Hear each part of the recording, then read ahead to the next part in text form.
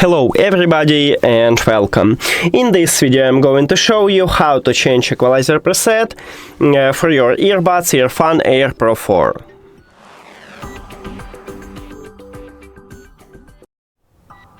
You have to start by open EARFUN application and now click on your earbuds here.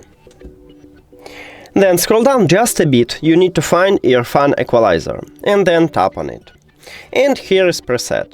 So you can move to the left to swipe it or to the right. And we have a lot preset. After that, decide which preset will be the best one for you. Let's say maybe hip hop will be the best one. And you need to apply it. So click apply current. And now you can go back and right here we can see preset what we used.